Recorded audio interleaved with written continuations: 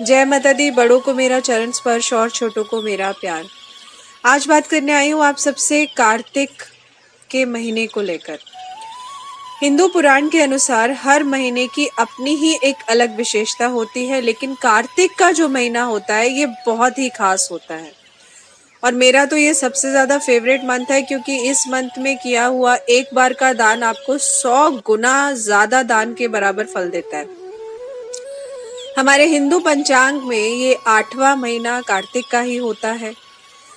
तो सबसे पहले ये जानते हैं कि कार्तिक के महीने की शुरुआत कब से हो रही है। तो हमारा कार्तिक का महीना 21 अक्टूबर से स्टार्ट हो रहा है और ये रहेगा हमारा 19 नवंबर तक। तो इस बीच में हमारे सारे बहुत अच्छे अच्छे त्योहार इसी कार्तिक के महीने में मनाए जाएंगे।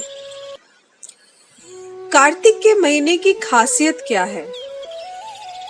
कार्तिक के महीने को शुभ कहा क्यों जाता है?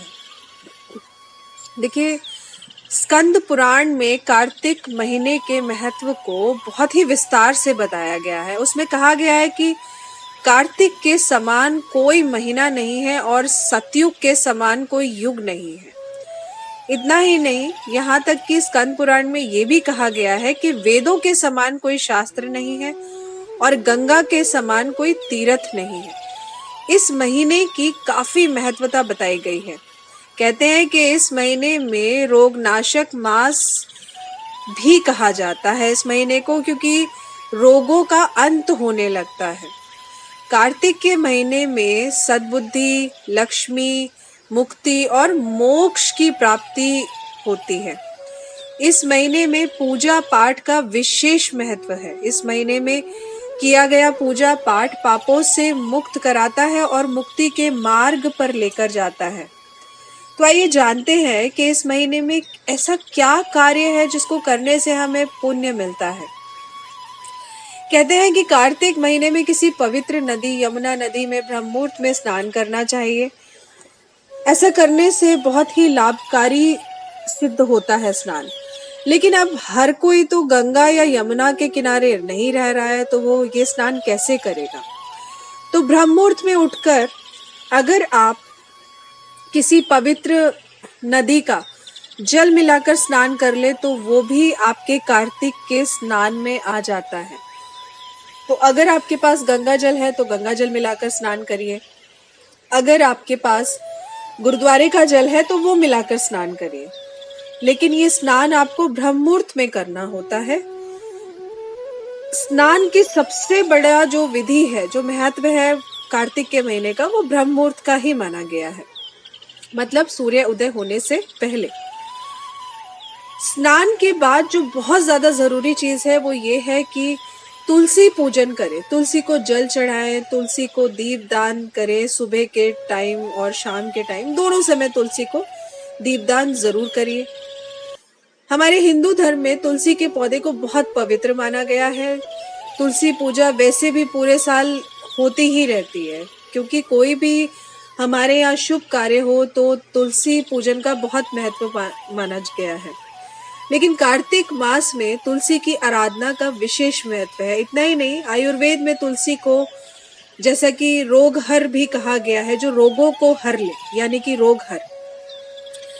तुलसी यमदूतों के भय से मुक्ति प्रदान करती है।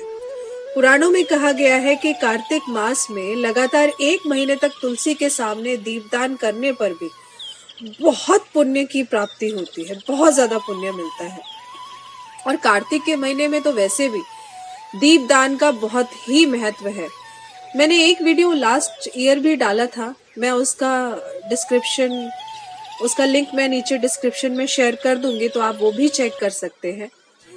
अगर दीपदान की बात करें तो कहते हैं कि पूरे महीने प्रतिदिन किसी भी पवित्र नदी, तीर्थस्थल, मंदिर या फिर घर में रखी हुई तुलसी के पास भी दीपदान जरूर करना चाहिए। इसका बहुत ही महत्व माना गया है। बताया जाता है कि दीपदान शरद पूर्णिमा से लेकर कार्तिक पूर्णिमा तक नियमित रूप से करना चाहिए। कहते हैं कि दीपदान से घर का ही नहीं बल्कि जीवन का भी अंधेरा दूर होता है और माता लक्ष्मी प्रसन्न होकर हमारे घर को धन धान्य से भर देती है। इसके अलावा कार्तिक मास में ब्राह्मण को या किसी जरूरतमंद को दान देने से भी बहुत पुण्य की प्राप्ति होती है। खास तौर से इस महीने में तुलसी दान, अन्न दान, गाय दान, आंवले के पौधे का दान, बेल के पौधे का दान, ये बहुत ही विशेष महत्व रखते हैं। तो सबसे पहले तो इस वीडियो में आज मैं आपके साथ बस इतना ही शेयर करूंगी कि आपको कार्तिक मास के नियम पता होने चाहिए कि कार्तिक मास में ब्रह्म मुहूर्त का स्नान का बहुत ही अधिक महत्व है। तो अगर आप लोग इसको कर सकते हैं तो जरूर करिए, और अगर आप लोग पूरा महीना ये नियम नहीं निभा सकते हैं तो वो कौन सी खास 3 तिथि हैं जिसमें कि आप इस पूरे महीने का फल प्राप्त कर सकते हैं।